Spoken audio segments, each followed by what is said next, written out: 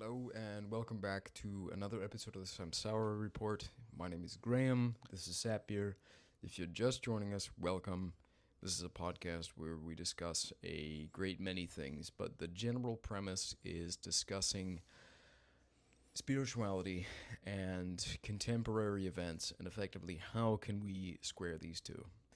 And obviously that gives us quite a wide berth in terms of the number of things that we're going to discuss. But we do try to find a blend of things that are coherent, that are interesting, that are useful, as well as trying to find something that is pertinent to the way that we live currently. So we had discussed a few things that we were going to talk about today, but primarily we wanted to look at some of the revelations and some of the experiences that we've had in terms of spirituality, whether that be something that we have developed and learned through meditation practice, through breathing exercises, through maybe psychedelic experience, guided or otherwise, and we would just allow the conversation to go from there. Was there anything you wanted to add? No, yeah, that's a great kind of mention of what topics we want to hit today. So, yeah. Cool. But yeah, we've definitely, been out there exploring different techniques. So it's nice to kind of talk about what things have worked for us.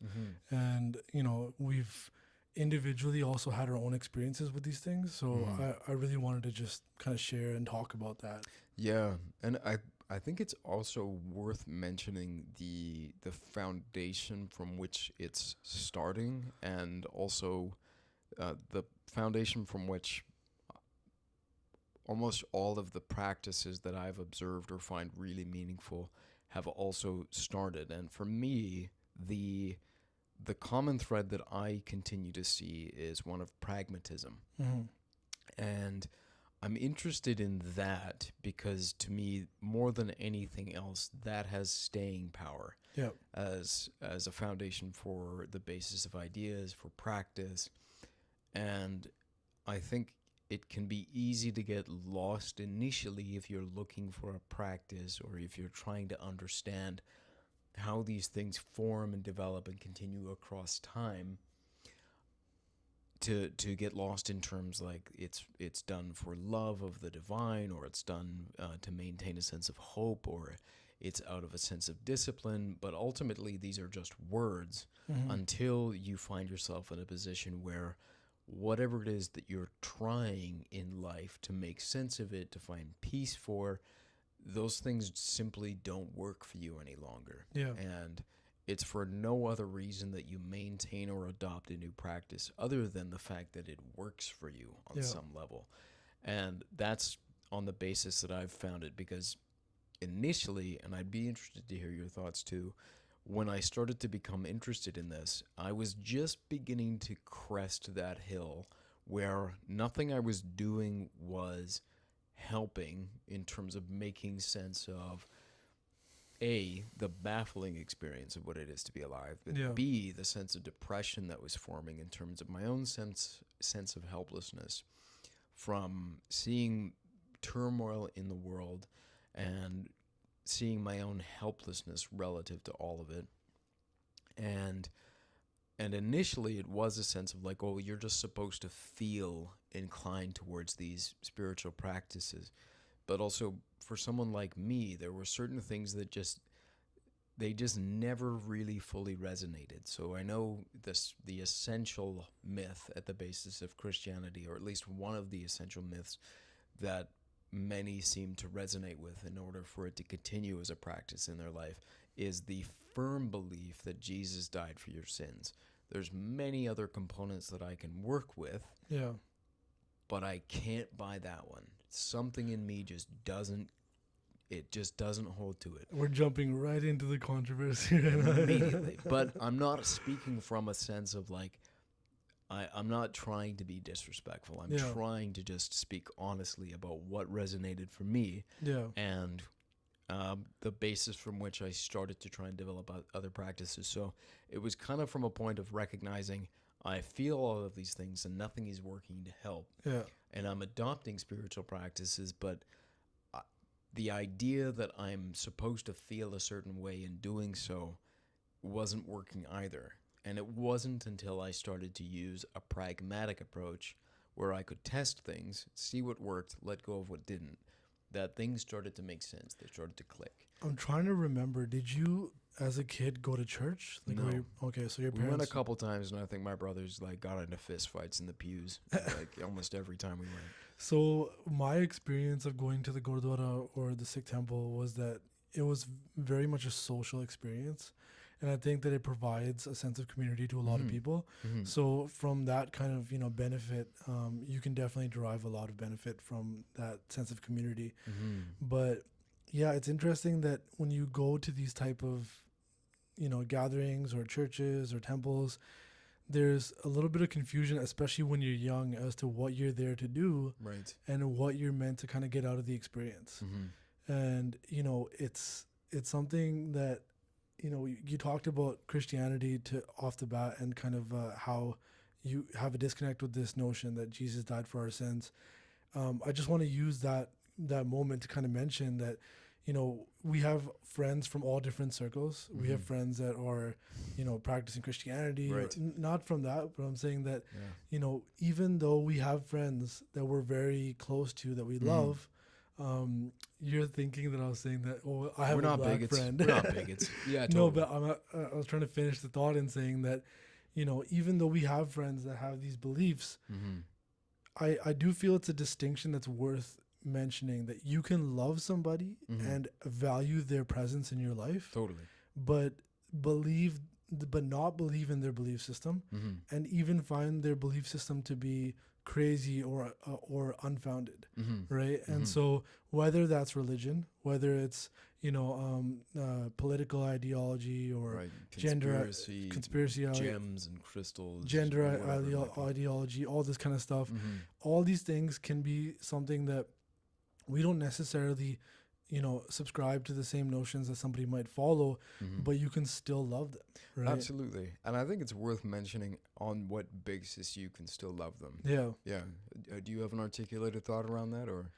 Yeah, I mean, I think that you recognize somebody's presence in your life, and you see that with having a varied group of friends, that you stand to get more experience from that kind of diversity. Right. And so you can value somebody as being an integral part of your council in a way, right? But still not completely agree with what they believe. And I think that people often get confused that if you don't believe in somebody's political ideology or any of those things, that that is going to be always a cause of friction.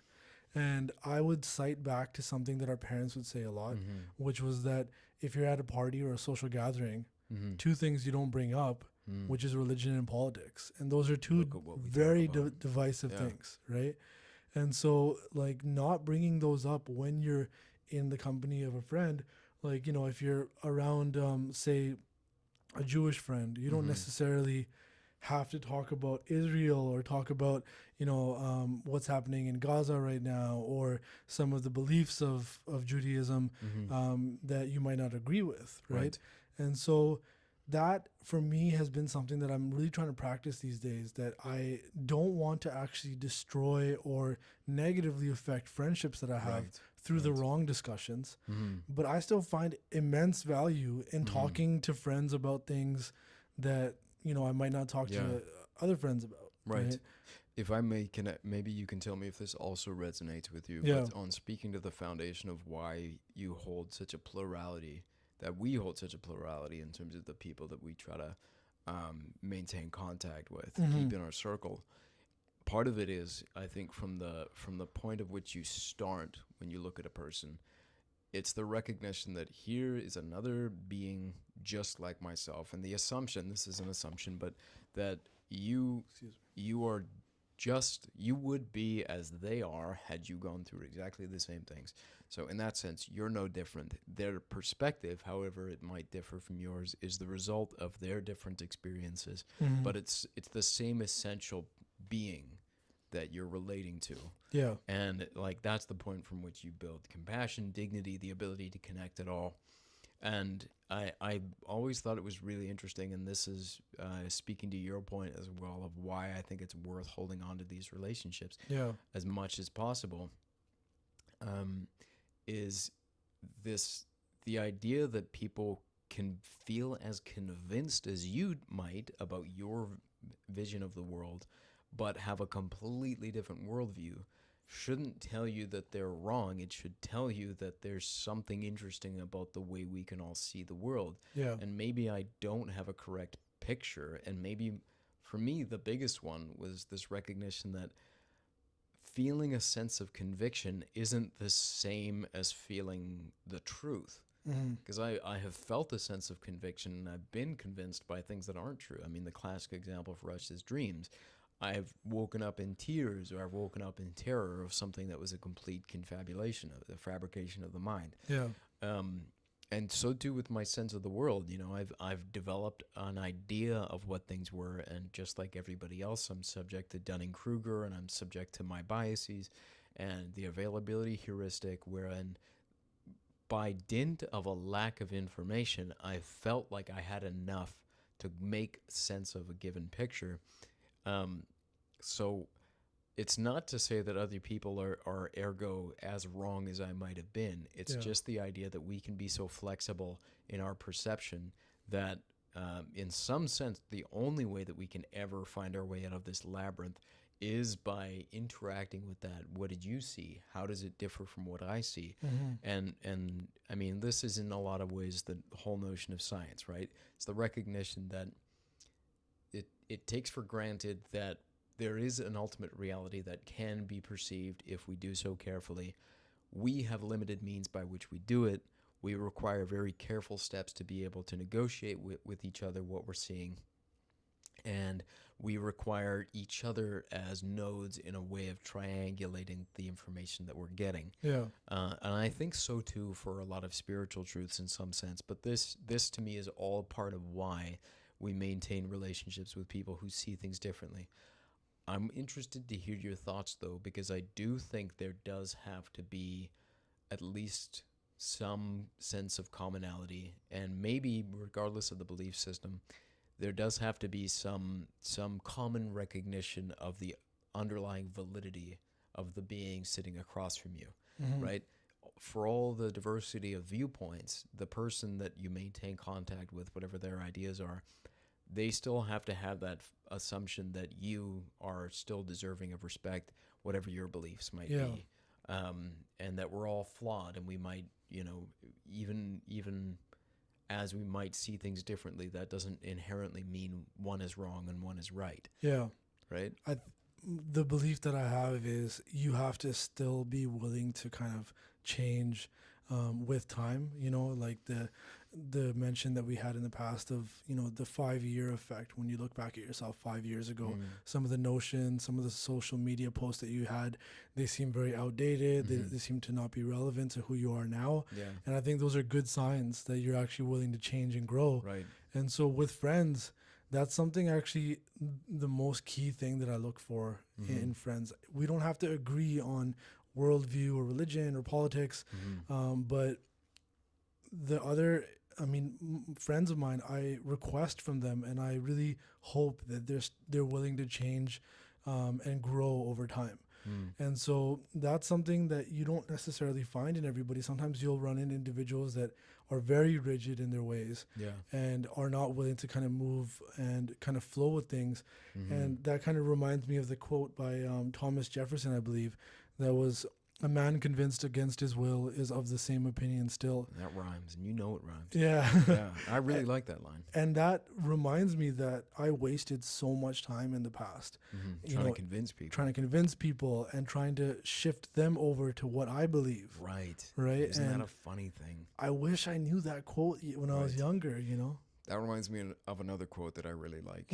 If youth knew, if age could. Wow. Right? It's a rough one. Yeah. But right, it's very funny because I think even as I've studied things like biases and heuristics and the cognitive framework underlying the ways we understand each other and the ways we can transmit ideas, hopefully, Yeah. how delicate that process has to be.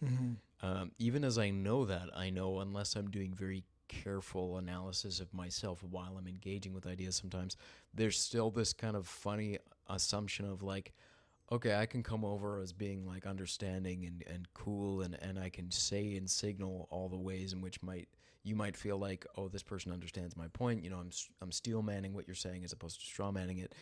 But the underlying feeling might still be something like, if I just take all the right steps, you'll eventually come over to my side and see Yeah. the light, Yeah. right? But Which is coming from a place of ego, it is, right? in a sense, yeah. And I really like that as a basis of the friendship, that shared value of both being prepared to be wrong. And that's one of my favorite questions too, is when I engage both myself, but sometimes friends of ours in if I want to have like a heavier discussion, one of the prompts I might use is something like, what's something that you feel the least prepared to be wrong about?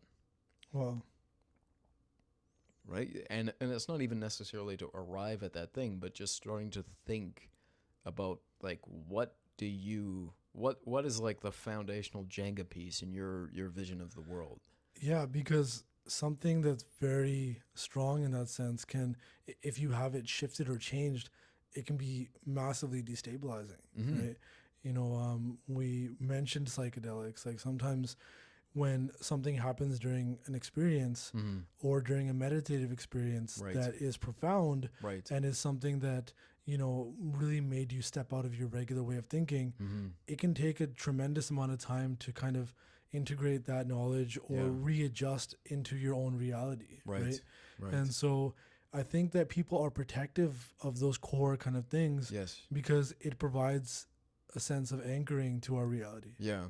And I think that's worth acknowledging, because I know when I've heard something similar in other discussions, the the way in which what you've just said is described is that it's kind of flimsy. Oh, you should just let these things go. But no, I really think you're right about the word foundational, that Yeah. there is a survival penalty Hmm. that could be paid if you're not very careful with this. I almost imagine the analogy of using the substrate of thoughts and the framework that you make sense of the world with as being like, a train moving along a track, and you have a very limited track that you then have to rip up the stakes from the track you've just gone over to use as a way of getting in front of you. Yeah. You can't hope to go faster than what you have available to you, Yeah. because you risk destabilization. Um, and I don't want to disregard it, because it can be an incredibly painful process to discover that you're wrong, right? These are load bearing realities, or what Absolutely. feels like realities. Absolutely. Hmm.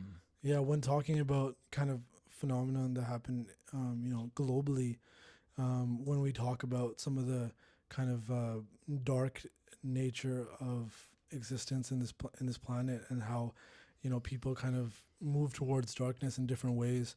I've tried to open up these topics to family and friends, Hmm. try to talk to them about what happens in the world and how it kind of operates the way that it Yeah. does. And you see this kind of very defensive nature where sometimes people will express straight up that they don't want to know, Right. or they'll just push back so much Yeah. that you, as the individual that's kind of initiating the conversation, Yeah. might actually move towards just ending the conversation Right. overall. I mean, I can understand too why it could be regarded as like a faux pas. Yeah. You guys are having a pleasant conversation. How your kids doing? What are you reading lately? Whatever. And then, do you guys know what's going on in Gaza? Like, if Yeah. somebody's not prepared to have that conversation, yeah, I can understand it. And it's for the reason I think you mentioned, is that to have that discussion and to begin that kind of thinking in earnest, it requires preparation for some people, Yeah. because you can pull out the stakes too quickly and lose your Absolutely. footing. And I we would like it to be straightforward, right? It's this Popperian idea. Karl Popper, philosopher of science, among other things, was describing this notion that your ideas can die instead of you. And that's really the utility of ideas, is you can run and test them without putting yourself behind them. Yeah. And that's a major, major evolutionary advantage if you can make it work for you. The trouble is, most of us feel really tightly identified with a lot of our ideas. And we do have words for that, and things like ego, for example. Um, but I I think that can give the impression that it's kind of flippant, that it's like you're a fool if you've gone for this. Yeah. But I think I would like it to sound a little more compassionate to people, because it's not like these things are half convincing. They're fully convincing to when you're holding on to them. Yeah. It does seem like society's tolerance for Mm. these massive shifts in perception Mm-hmm. is going up over Yeah. time. I point towards kind of how we look at topics within the sciences and Mm-hmm. specifically within physics and astrophysics and quantum physics. Right. And when these kind of ideas that are just being kind of, you know, put out into society recently, when they're, whether they're circulated on social media or they're actually like brought up in conversations, Mm. these topics are really intense Mm. and they can really shake you. But it seems like humans are open to actually discussing them, whether it's multiverse theory, simulation theory, Mm. or some of the notions of quantum physics or astrophysics that, you know ideas like we're never actually touching each other because there's 99% of the space around each atom is actually blank space. Right. So you hear these things, and in a way similar to the news cycle, Mm-hmm. now it seems like it comes into the global consciousness, Mm-hmm. and it kind of bounces around social media, Right. bounces around different forms of media, Right. and then it's processed and it kind of goes out of the other side in whatever form it does. It does kind of go through a digestion process, doesn't it? Yeah. It's metabolized. Like we do that through memes. Like those are, somebody called memes like the digestive enzymes Yeah. of the idea realm. Yeah. Right. Like the black hole image that came out. Right. It was obviously data that's formulated into a picture, so it's not necessarily a direct picture, Mm-hmm. but I guess all digital images can be also said to be just that, right? Right. But the fact that society kind of shared it around, Mm-hmm. it made its rounds, Mm-hmm. and then we kind of went on to the next topic. Right. That was something that was interesting for me to see, and I think that points to that notion that we're able to now actually kind of circulate these new ideas, even if they're groundbreaking, Mm-hmm. a little bit more readily than in the past. Right. I've been thinking about that lately as well, because this when I've had conversations, and I'm lucky in my work that I've got some terrific colleagues, and we have some really out there conversations. Like, I think with at least one of them, we've talked about just about every controversial topic. You mentioned religion and politics, that and every other thing. There are certain things that have just like proven to be too fraught to have discussions with, and we've touched on all of them, without like hating each other, which is, I think, I'll call that a success. But I was thinking about this sort of notion of cosmopolitanism, right? This idea that you can have such a diverse view. You can dine a la carte on ideas from such a varied background, and still engage with one another, and how new that is. Because previously, when you imagine we were living among tribes, or even if you were living in a city in, say, like the medieval era, Yeah. it's very costly to hold ideas outside of the common, the group's notions of how things work. Yeah. And like, it was literally dangerous to think along these lines, and there was a lot more reason to practice things like preference falsification, which is like, however you feel internally, outwardly, what signals and noises to make it sound like you agree with all of these points. And this is kind of like a point we take for granted now that we have. I think it requires a large enough population center. It requires technology to some extent, and it requires anonymity, which is a huge component to it, to be able to explore and express ideas that are outside of what members of your immediate circle or and then the broader community to kind of entertain. Yeah. There's obvious downsides to it as well, but that is such a new and luxurious quality about the age that we live in, that I can just as easily study and entertain notions of contemporary Christianity as I can ancient practices of for example, the what is the Hindu sect that blanking on the name right now, who worship Kali. The tugs or the like or There's a the specific practice. okay. They cover themselves in the ashes of Those are Shivites, Shiva, Agoris. the Agori. That's They're what it is. The Agoris, right?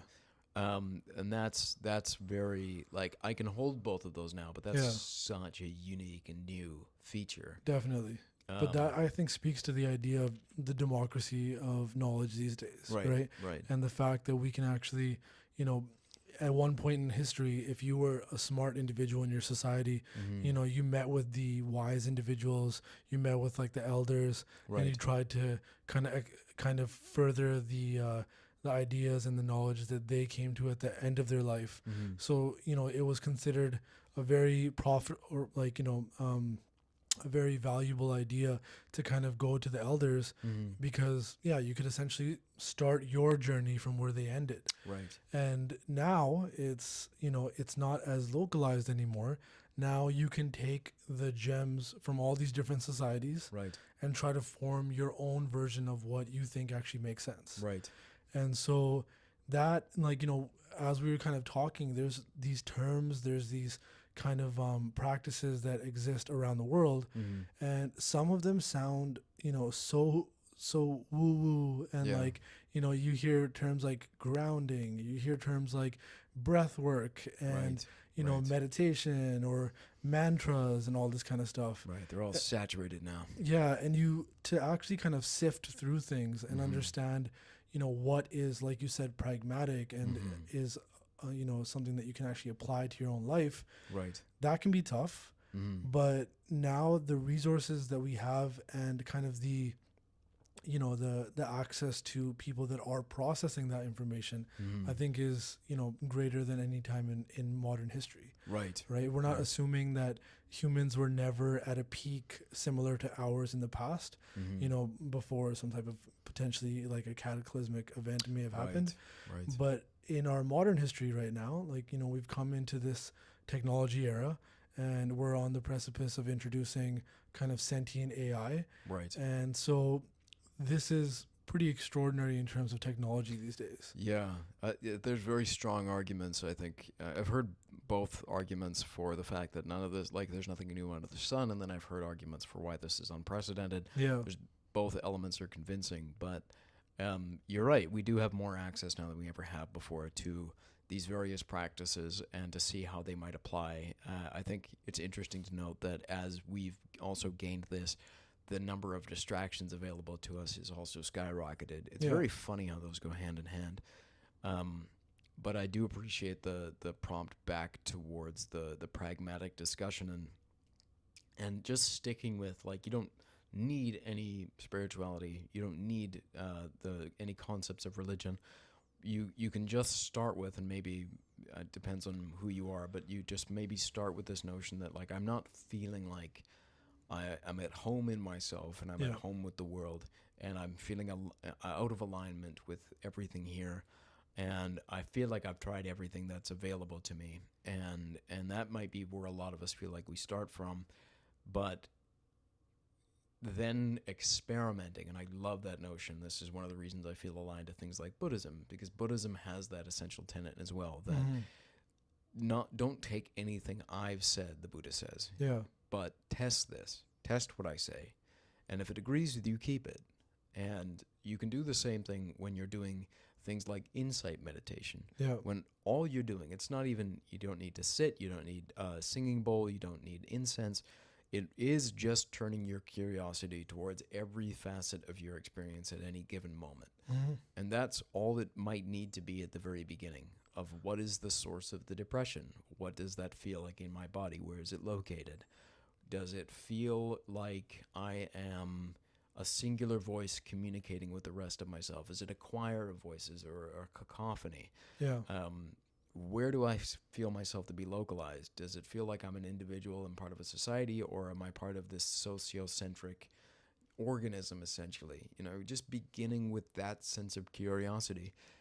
the way that might look outwardly, you could describe as any spiritual practice, but you don't need any of those things just to begin with. Yeah. You can look to those, and I do think it's an important point that you mentioned, that you can begin where the wisest and the most practiced have ended their journeys. Mm-hmm. But if you're just beginning and you don't understand any of the nomenclature or you don't relate to any of these pieces, you can just start with the pure curiosity related to this. Yeah, and that's kind of where my mind went initially, was trying to understand, and going off of a point that you just made, the fact that a lot of people kind of lack the sense of kind of self, or the sense of, what we may describe as grounding, right? And so grounding was always something that really sounded, like just ethereal to me, and never really had any kind of practical application, or any practical kind of definition, in a sense. And so that was something that I was always looking to, was how do I kind of ground myself in my body, because it seems like a good starting point. Like if you're going to go towards meditation, if you're going to go towards breath work and these things, as a first step, you want to kind of bring yourself into yourself, and actually be able to sit, and even if you're not sitting, but be present, in a sense. And so grounding was a tough one for me, because I I felt things that I was like, that kind of felt it in a way like it could be perceived as grounding. But and not for this one particularly, I'm not going to say that an individual has to go out and try this. Especially, the one that I'm going to mention is one that is really kind of cited a lot by hippies these days, and, fake shamans, and this kind of BS culture that's come out with kind of the emergence of psychedelics, but, hop hay, right?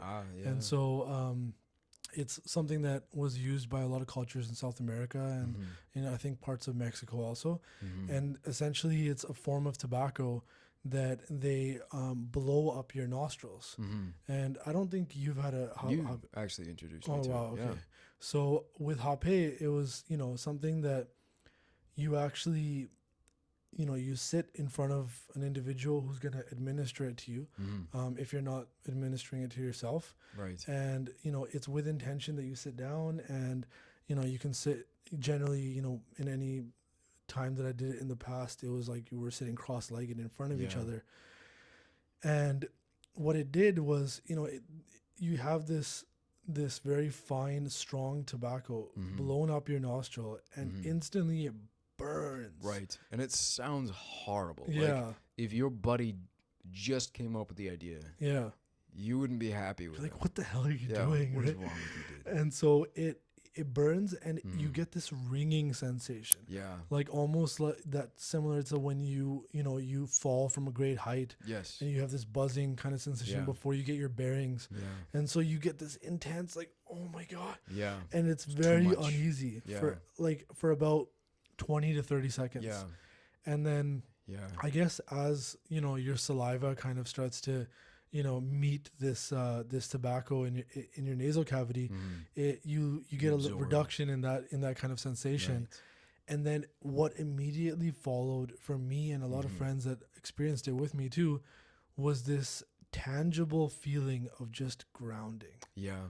I remember that too. And I remember very distinctly the sensation and the series of sensations when we had done it together. Yeah. And it was, in some ways, like, I would describe it as being like a very much, it was a much needed hug in some way, because it was initially all of those things where it sounds horrible on paper. Yeah. And there is that initial shock. But what I did notice immediately is once it's blown into your nostril, there's that sharp and immediate, like, you involuntarily pinch your eyes shut. Yeah. And I noticed, though, like, that sensation is so poignant and so immediate that your inner dialogue ceases. All of the attention is now on this sensation. Yeah. And I remember feeling so drawn into that singular point, and the silence and the heaviness of that silence. And I remember distinctly I was wearing a hat at the time, and I don't know who it was, but somebody pulled that hat off my head, and I felt a hand on my shoulder. And it was such a poignant experience Wow. of like it's an incredibly vulnerable moment for you, because I mean, yes, socially I didn't have any reason to fear, but I mean, there's still an animal in you that's tracking whether or not you're safe. And you are incredibly vulnerable in that moment. You Yeah. can't see. There's no other senses that are directed toward the outside. You're drawn in totally, Yeah. and you feel very, very much at risk. And Yeah. so to feel a hand on your shoulder at that time, and feel the Reassuring. hat move, yeah, the reassurance was insane to me at that moment. Yeah, and the first question that I had when I was gonna experience it for the first time, I asked a friend that was, that was offering it. I said, does it get you high? And Get for the me important things personally, out of the like, way. sorry? Get the important things out of the way. Yeah, no, because I actually didn't want that from that experience, and Right. like at that time, and so he, at that time, and obviously everybody might have a varied experience, but from what I've gathered from anybody who has, like, you don't get any psychoactive feeling, No. and even what people would describe as the feeling of tobacco or nicotine hitting your system, that isn't even there in the same way that, like, you feel like you got a fix if you're addicted or anything like that. It was just this immediate, like you said, like, you have this sensory overload and you can't focus on anything else. It reduces all those thoughts down to what's happening in the present. So for me, like, that experience was very tangibly grounding, right? And so, the friend that administered it, at the time I had like a bandana on, and he kind of like rubbed my head, Yeah. and that seemed to do something. Right. And just kind of like also like rubbed my forehead area and stuff, and what some people might call like your third eye region and stuff. Right. But it all felt very relevant, right? Right. And so that, strange. yeah, and sorry. I've heard this said of there's a great history podcast, Daniele Bolelli. Oh yeah. Is his name. History on Fire. It's really I really like his podcast, but he was doing a series on the Lakota tribe, and he was describing the very similar to our reading out of what goes into a hape ceremony, essentially, and how strange and unpleasant that sounds out loud, but the Yeah. reality of it is very different. His description of the Lakota sun dance is very much the same. Like, it sounds awful. You're all standing around a tree, and you have hooks put in your back, and then attached to chains, and that those are attached to a buffalo skull, and you dance and stare at the sun, and you move until either you like collapse, or the chains eventually get ripped out of the skin from carrying this thing around. And it sounds like it's a very spiritual practice, obviously, within this context, but the point at which it either rips out, some people dance for over a day sometimes to get this thing ripped out, but Daniele is describing this and saying, I know it sounds insane, but it felt so right. Yeah. And I don't have any way of making it make sense in the modern context, Wow. but you will understand when you see it and experience it. Yeah, and I wouldn't necessarily recommend individuals go and try this. I think the No. point of what I'm saying is, that experience really helped provide reassurance to me that grounding is a real phenomenon, right? And what we just described, that it brings your thoughts down to a minimal. It brings your thoughts down to like what's happening locally in your body, and that kind of sharp pain does that. And then you have following it this sense of peace and this sense of very much being present in your body and in the moment, Right. wherever you are in the room Right. that you are in. And there's a sense of gratitude that washes over you with that. Yes. Right. So Immense. that I think is a way to kind of describe what grounding can potentially be. And that can be done through other means. Absolutely, you it know? can. Yeah, people speak often about touch grass, right? Yeah. Right, And so take your that's how I socks first off. heard about grounding, was Right. bare feet in the grass, Right. being connected to like the earth, Right. and kind of doing so for some time with intention. Right. I like this idea too, because I think and I get this impulse, right? It's like you hear about a practice like this, Yeah. and depending on who you are, maybe your first impulse is be like, I got to look up the studies. I got to see if there's actually something to this, Yeah. because there's so often you'll find a reel or a YouTube short or whatever it is, and they all seem to start the same, where somebody's like using the same attention grabbing line in the beginning, describing like why this is important and how it aligns your chakras, or it's helping your body to ground on an electrical level. I think is, even if you want to go that route, just notice yourself doing that.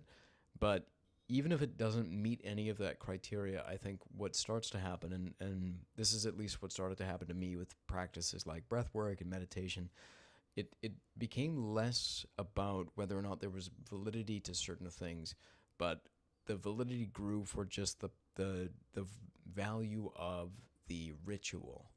This is an intentional practice that Yeah. I'm adopting. Yeah. I'm breaking routine. I'm breaking the complacency with which I'm meeting the rest of life Mm-hmm. to do this one thing. Yeah. And there's value in just that. And certainly, and I think that's a very good point you made about the Habe ceremony. We're not recommending those things necessarily, because some are quite drastic and some are quite, I don't even want to say advanced, but they're things that I would recommend starting much, much smaller if you are interested in breaking up the routine. And we're trying to move away from prescriptive notions. I think you Altogether, and I both, yeah. right? Like just in how we kind of address people's issues that they might be having. Yeah. You know, it's it's something that we've both learned from, that kind of just offering up all these ideas, especially without context. Sometimes Right. it can actually send somebody down a very difficult path. Right. And that's how we started, basically, was describing the someone convinced against their will. Yeah. Right. Right. And the real thing that we can do, the only thing we can really do, is describe what has been helpful. And I know for me, one of those things is the curiosity to meet these things. Yeah. It would be nice to imagine that you might have that curiosity that's not born of a kind of desperation. In a lot of ways, mine was, because nothing else was working for certain experiences.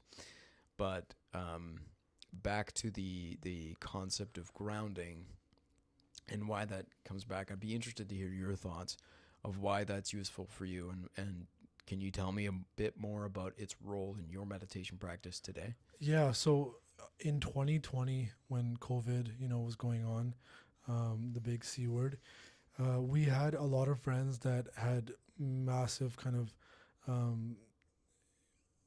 they were like individuals that were very social otherwise. And then they suddenly had this massive kind of debt of not, or sorry, this lack of socializing and of having individuals to talk to and share thoughts with. And so we started just doing video calls on Facebook Messenger, where we would have like a conference call with a bunch of friends. And that was like a sense of community. And, at a time where we couldn't meet in person, that kind of provided an ability for us to still interface in a way. And so during that time, one of our friends had just gotten into this one individual who did guided meditations.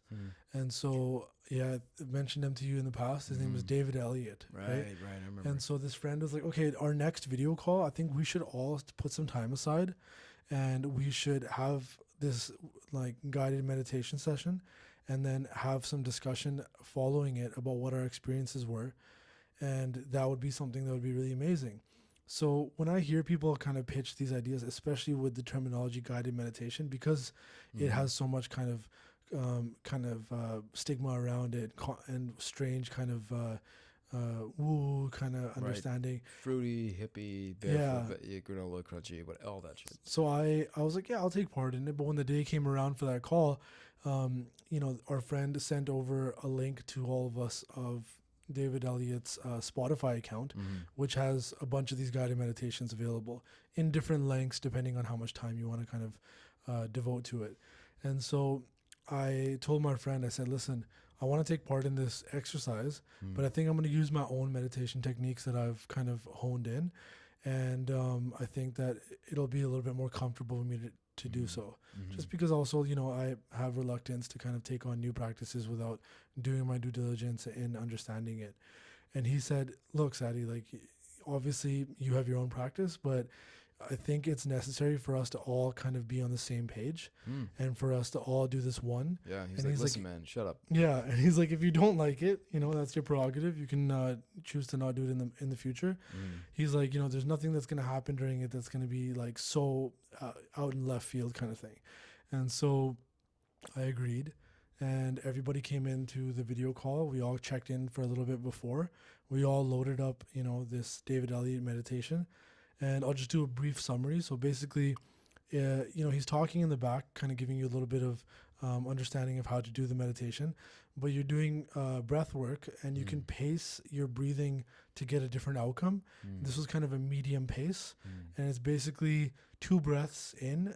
First breath is in your stomach, making your stomach raised, obviously not in your stomach.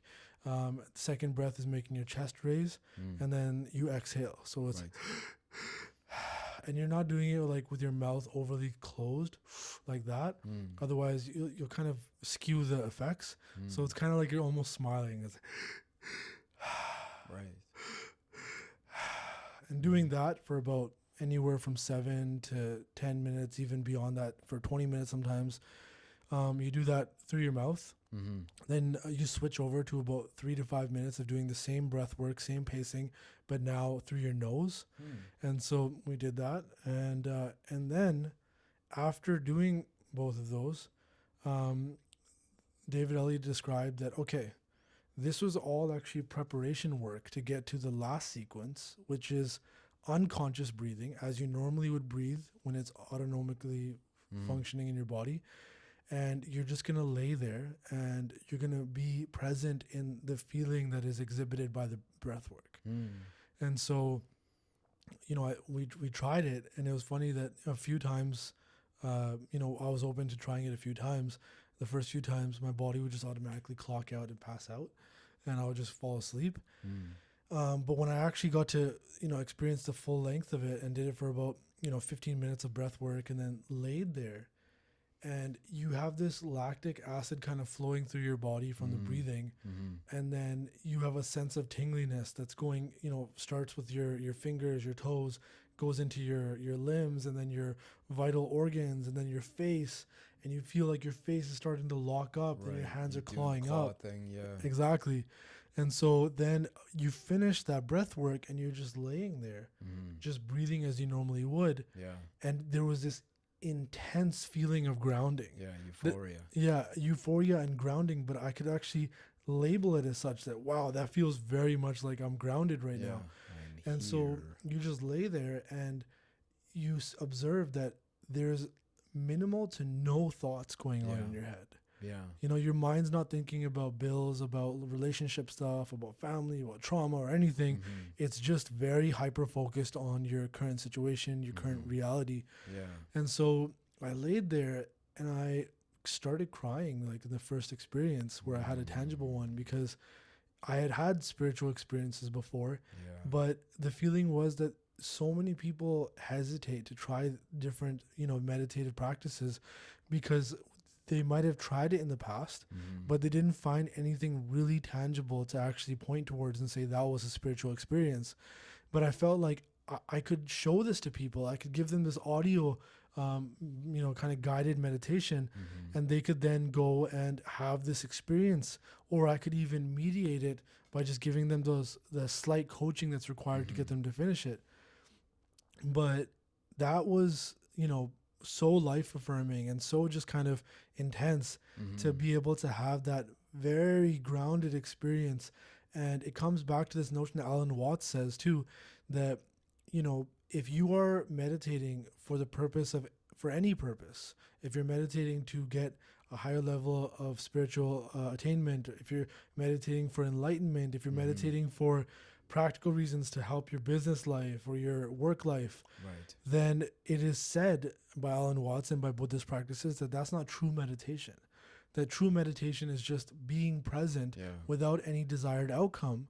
And that's, also mirrored in our scriptures in Guru Granth Sahib Ji, this notion of Raja na chaho, mukta na chaho, that you are not asking for any rain or any type of mukti or enlightenment, that you are not desiring anything in your practice. And so that was amazing, you Which know? is really interesting as a practice, and it reminds me of that line from, I think it was the third Chinese patriarch. I'm trying to remember the name of the book, but anyway, the line was, "The way is simple for one who has no preferences." Yeah. Right. So even the notion of having an idea of wanting something out of it is an indication that you've kind of missed the point. And maybe this is further on than the practical stuff, the effects that we're talking about. Yeah. But wanting something kind of implies deep down that you aren't accepting the moment as it's presenting itself. Hmm. You know, you're feeling a lack of something that you want, or you're feeling the presence of something that you don't want, which is also what Buddhism says is the basis of suffering. Yeah, and you're trying to essentially kind of slow down your mammalian and reptilian mind in that, right? Right. That generally speaking, our sense of self-preservation kind of dominates everything that we're doing, Mm-hmm. and our basic motivators, whether it's procreation or having like a stable shelter and these kind of Right. things, Right. these motivators are always there Mm-hmm. in the back of our head, and whether we accept it or not, we might think that as humans we're such complex beings, but when you kind of distill any of our actions throughout our day, you Right. find that the core motivators are generally what guide us and what Right. generally move us, right? Mm-hmm. And so to be able to just kind of be there, and in a way that I don't think many animals would experience, maybe, alligators or crocodiles when they're kind of just kind of hyper still and observing like a prey, which is still obviously part of their food process, but they're very still, Yeah. and you have bears that go into Hibernation. hibernation. Yeah. They lose brain cells. They suffer brain damage effectively. I learned for That bears hibernation. do. Yeah, during hibernation, like they're Wow. so long without food. Like obviously it's a the system that they've adapted to, and they do regain that function. Yeah. But like that's the price to be paid. You know, the you can imagine just like the way when we lose oxygen, parts of the Yeah. brain, those areas shut down. They don't grow back. They do look pretty disoriented when they come out of Right, their caves and right. stuff, and It's out like of the their dens. example writ large of when one of us has like the 5 hour nap we didn't intend. Yeah. Right, our hair's all messed up, and um, but yeah, it's very interesting to me that notion of how we distinguish ourselves from, like, I hear a line in my head sometimes, this idea that want is a poor compass. And I wonder what my life would look like if I just played the tape forward and followed only the things that I want to do Yeah. versus and again, I want to ground this in the practical, because to me, for depression, and they do speak to this in terms of the psychological literature generally, Hmm. that your feeling when you're in it is that you need to wait for something to happen to you for you to start feeling better, when the reality is you have to practice something before you feel it. Wow. And that is in a sense why we have a spiritual discipline. You're doing it when you don't want to do it, because if you listened only to your wants, you would never be able to like serve your benefit across time. You know, your life would just be you bouncing back and forward between the thing that you want or the thing you want to get away from, cradle to grave, ultimately. In some sense, it's almost like meditation, and the kind of awareness that you gain through these practices is not unlike the way you solve the kind of like human marshmallow test, which seems to be what so much of life is. Can you forego immediate gratification? And not for any other reason. You're not doing it for, a sense of pride, or, to gain anything other than being able to serve your deepest needs across time. And it reminds me of another line that was ascribed to Gandhi, who we both know is a fraught figure. There's many things, but he said something to the effect of, and I'm paraphrasing here, the sacrifice of everything that you want. You must sacrifice, like, ultimately everything that you think you want for the only freedom that's worth having. Wow. Something to that effect. The only freedom that's worth having, right? It's this sort of idea of like the meta goal, the goal beyond all the goals that you think you need in order to feel happy. The recognition that, that's an ever receding horizon. that you'll never reach. But beyond that, the real freedom, this is what is required to meet it. It's foregoing all of the immediate knee jerk felt sense of needing to get away from something or move towards something. It's beyond these. And just like the third Chinese patriarch line I mentioned, it's the point beyond the preferences. Yeah. It's finding every moment to be acceptable. Mm-hmm. May not include things that are always pleasant or pleasing, but you can find the moment acceptable. Wow. Something to think about. I feel like I could definitely go down that rabbit hole of thought. Right? And you can kind of get there. Like I sometimes dip into that place in meditation and then pull out again. And it is kind of through what you described in the ritual. And this is what I appreciated about all of these grounding exercises.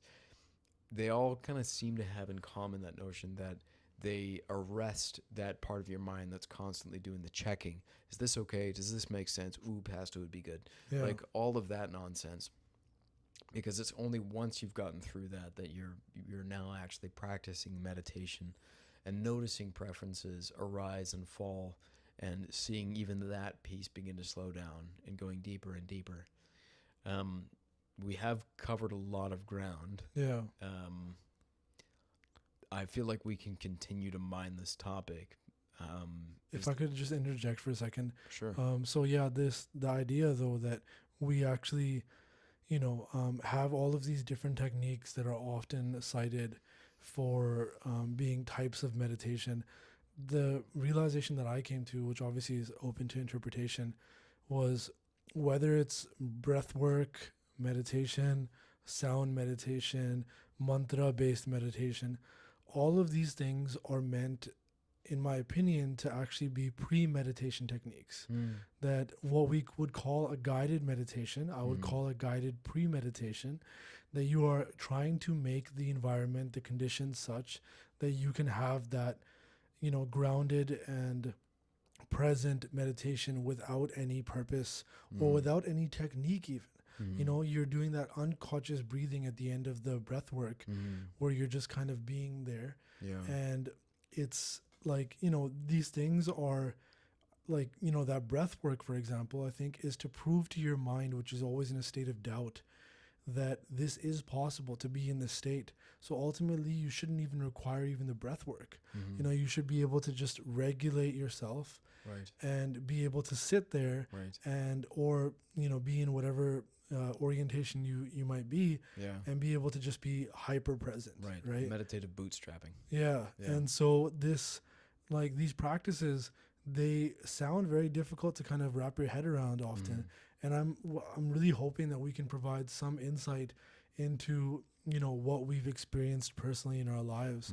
But I think that was, we definitely did cover quite a bit.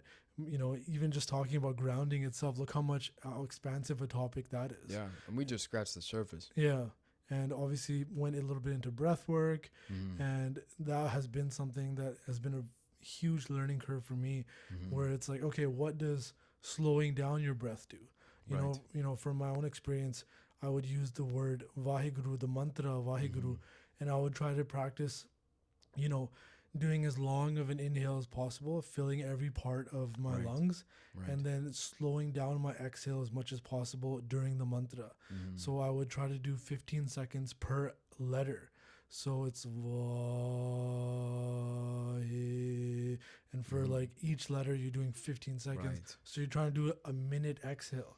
And just doing one of those, you feel a tangible change in your brain chemistry. Right. It is very interesting because I've not had any ties to the mantra Shanti, but I've tried saying it on repeat, or something like Om or Hiu.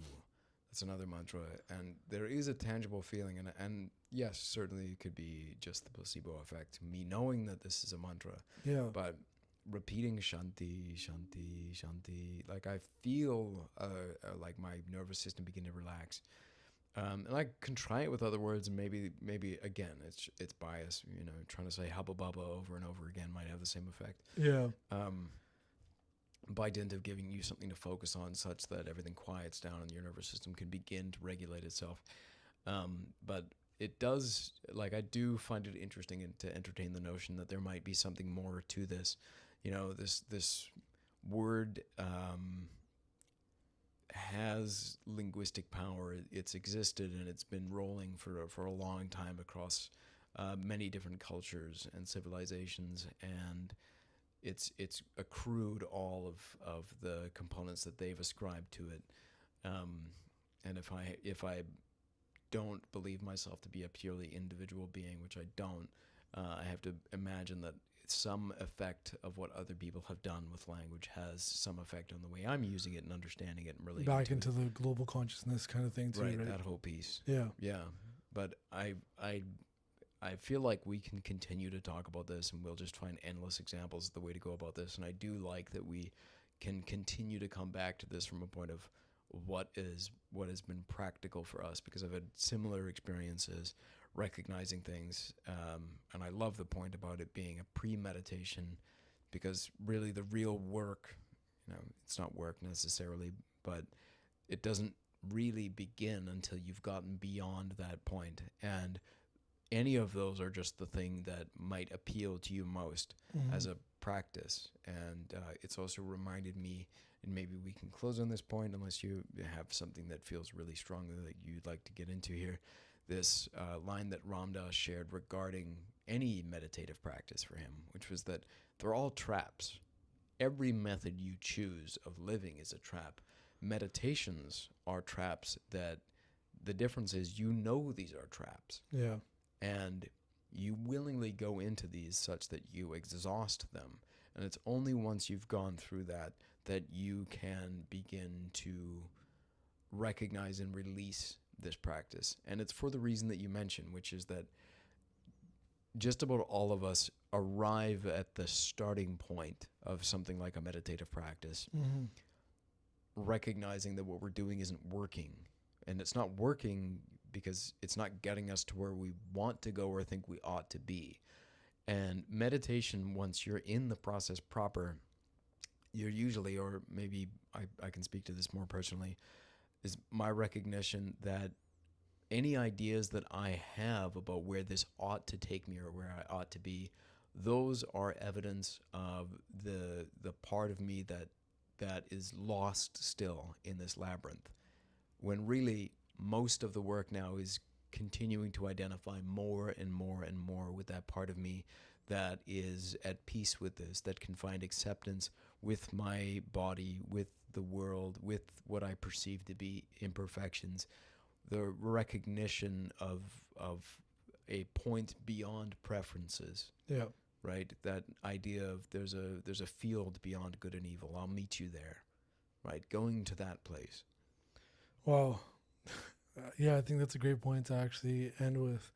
But yeah, we also want to reiterate that these are our experiences. Definitely. And I think the purpose of us discussing these and kind of opening up the dialogue to these is to kind of show where we've learned, from these different experiences. But ultimately, it is curiosity that kind of drives it forward for anybody.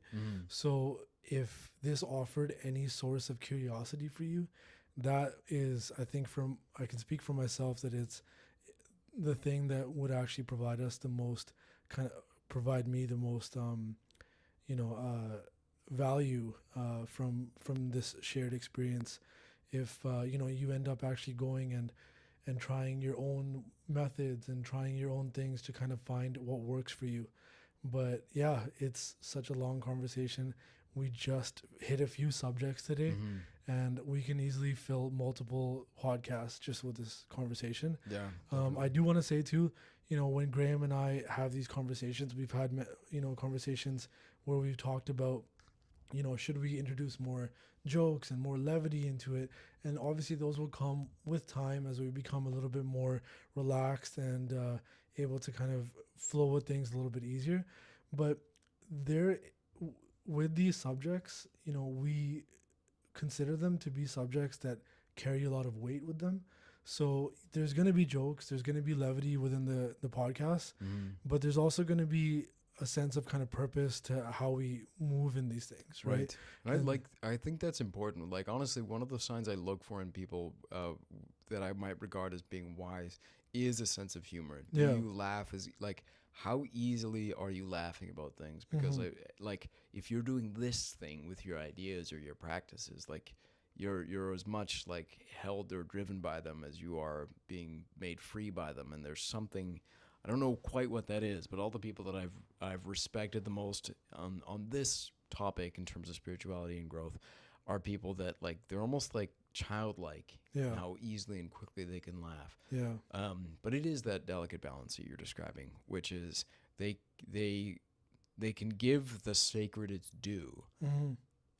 And in an odd juxtaposition, paradoxically, like, the sacred doesn't require you to take things seriously unnecessarily, right? Like, you find your orientation correctly within it, without having to kind of like do this sort of staccato dance of like, this is how I am, this is how I should be in this moment, this is how I shouldn't be.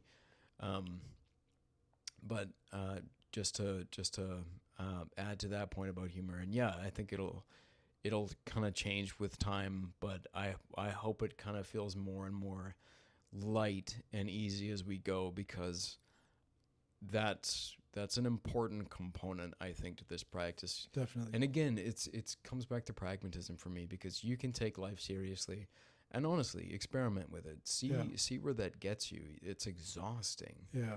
To be in a constant state of, seriousness. Right. Yeah. Right. To take this, I really like this. There's several lines that I like with it. I'm having a hard time choosing as like an ending line.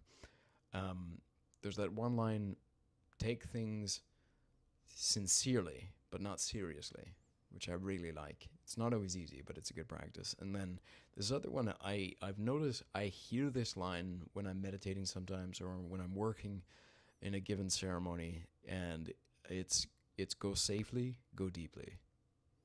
I love it. That's a great spot right there. People can make it goofy, but yeah, I think it's a good line. Yeah, man. Yeah. Thank you so much for tuning in for another one. Yes, thank you for listening.